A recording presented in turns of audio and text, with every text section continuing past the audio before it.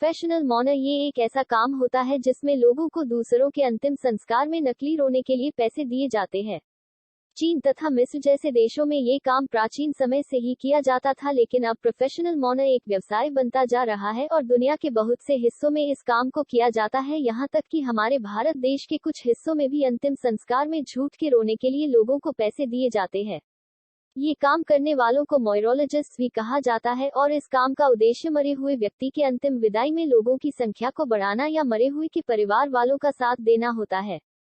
बहुत से देशों में इस काम को करने के लिए प्रोफेशनल या ट्रेनिंग लिए हुए व्यक्ति होते हैं, लेकिन कहीं पर किसी भी अनजान व्यक्ति को पैसे देकर अंतिम संस्कार में शामिल किया जाता है। चिकन सेक्स ये काम बड़े बड़े चिकन फार्म में किया जाता है और इस काम में लोगों को मुर्गे और मुर्गियों के लिंग की जांच करके उन्हें अंडे और मांस के लिए अलग करना होता है। ये काम भले ही सुनने में आसान लगे, लेकिन इस काम में बहुत ज्यादा खरापन, एक्यूरेसी और तेजी चाहिए होती है, जो कई सालों की मेहनत के बाद ही आती है। एक अनुभवी सेक्सर औसतन हर घंटे 98% की एक्यूरेसी के साथ लगभग 700 मुर्गों की जांच करता है। इस काम में सालाना $60,000 तक दिया जाता है। फिर भी बहुत से लोग इस काम को करना नहीं चाहते क्योंकि इस काम में ज्यादा मेहनत, ध्यान और तेजी की जरूरत पड़ती है और आराम बहुत कम मिलता है। स्नेक मिल्किंग, सांप या किसी भी जहरीले जीवों से जहर निकालने को स्नेक मिल्किंग कहा जाता है। यह एक जोखिम भरा काम है जिसमें जान भी जा सकती है, इसीलिए बहुत ज्यादा पैसे मिलने के बावजूद भी बहुत ही कम लोग इस काम को करना चाहते हैं। इस काम को करने के लिए स्नेक मिल्कर को बहुत ज्यादा ट्रेनिंग की जरूरत होती है और स्नेक मिल्किंग करने के दो मुख्य कारण हैं, जिसमें पहला ये कि सांप के काटने से भारत और अफ्रीका में हर साल बहुत से लोगों की मौत होती है, इसीलिए सांपों का जहर निकालकर उससे जहर से बचने का एंटीवेनम बनाया जा सकता है और दूसरा, जहर पर रिसर्च करके इसे चिकित्सा उपचार के काम में लाया जा सकता है। फात स्मेलर, ये बात सुनकर आप लोगों को शायद अजीब या गंदा लगे, लेकिन चीन में फात स्मेलर यानी पात सूंघने की भी नौकरी होती है। इस काम को करने वाले व्यक्ति ट्रेनिंग से अपने सूंघने की शक्ति को इतना मजबूत बना लेते हैं कि वे दूसरे के पात को सूंघ कर ही बता सकते हैं कि उनके पेट में कोई इन्फेक्शन या बीमारी तो नहीं है।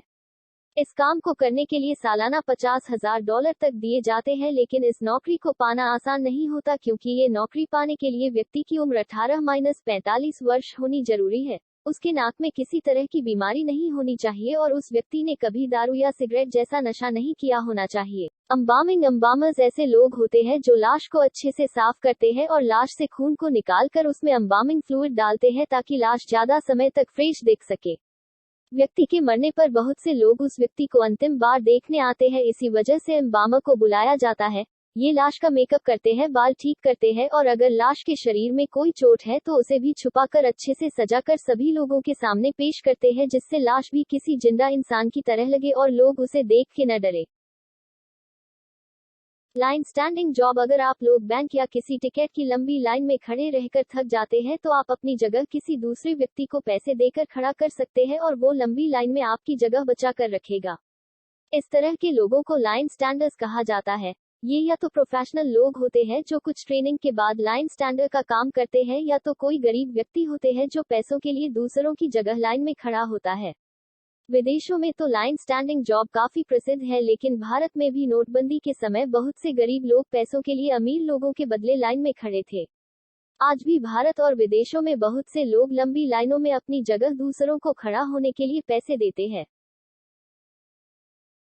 रेंटेड बॉयफ्रेंड, जापान में आप अकेलापन दूर करने के लिए कुछ घंटों के लिए बॉयफ्रेंड को किराए पर ले सकते हैं और इसे वहां रेंटरू करेशी कहा जाता है।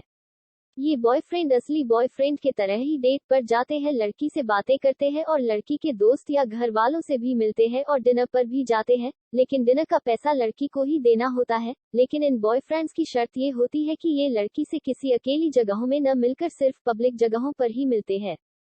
जापान में ये धारणा तब बढ़ी जब बहुत सी लड़कियां जॉब करने में व्यस्त हो जाती थी और उनके पास बॉयफ्रेंड बनाने का समय नहीं होता था, लेकिन उनके घर वाले लड़की की शादी को लेकर चिंतित रहते थे, तो वो लड़कियां जो जल्दी शादी नहीं करना चाहती थी वे कुछ घंटों के लिए लड़कों को अपना बॉयफ्रेंड बनाकर घर वालों से मिलाती थी।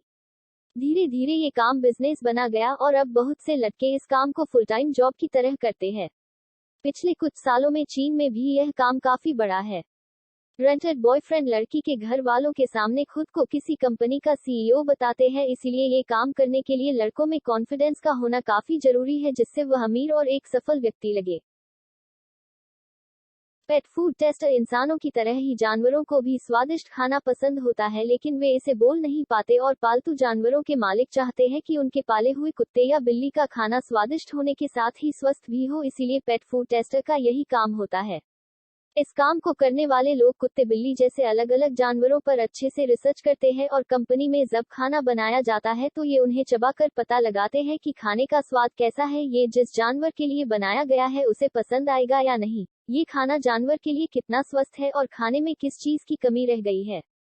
पेट फूड टेस्टर को बड़ी बड़ी पेट फूड बनाने वाली कंपनियां रखती है और फूड टेस्टर को ट्रेनिंग करनी पड़ती कि जानवरों को किस तरह का खाना पसंद है और कैसा खाना उनके स्वास्थ्य के लिए सही है।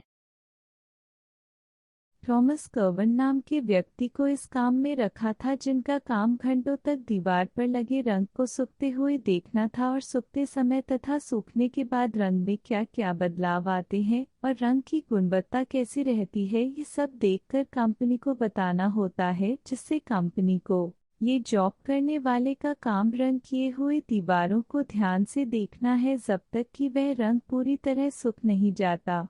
बहुत सी बड़ी रंग बनाने वाली कंपनियां ड्राई पेंट वॉचर को हायर करती है और ड्यूलक्स कंपनी इसी का एक उदाहरण है, जिसने अपने रंग को और भी अच्छा बनाने में मदद मिलती है। पैसेंजर पुशर जापान ऐसा देश है जहां की ट्रेन व मेट्रो सेवा पूरे विश्व में सबसे बेहतरीन मानी जाती है। जापान के टोक्यो शहर में हर दिन लगभग 40 मिलियन लोग मेट्रो का इस्तेमाल करते हैं। रश आवर के समय जब लोग ऑफिस और स्कूल जा रहे होते हैं या वहां से वापस आ रहे होते हैं तो लोगों की भीड़ के कारण मेट्रो का इस्तेमाल करना बहुत मुश्किल हो जाता है। रश आवर के समय सभी लोग जल्दी में होते हैं, इसीलिए वे एक ही मेट्रो में जबरदस्ती घुसने की कोशिश करते हैं, जिससे मेट्रो का दरवाजा बंद करने में मुश्किल हो जाती है और इससे कोई बड़ा हादसा भी होना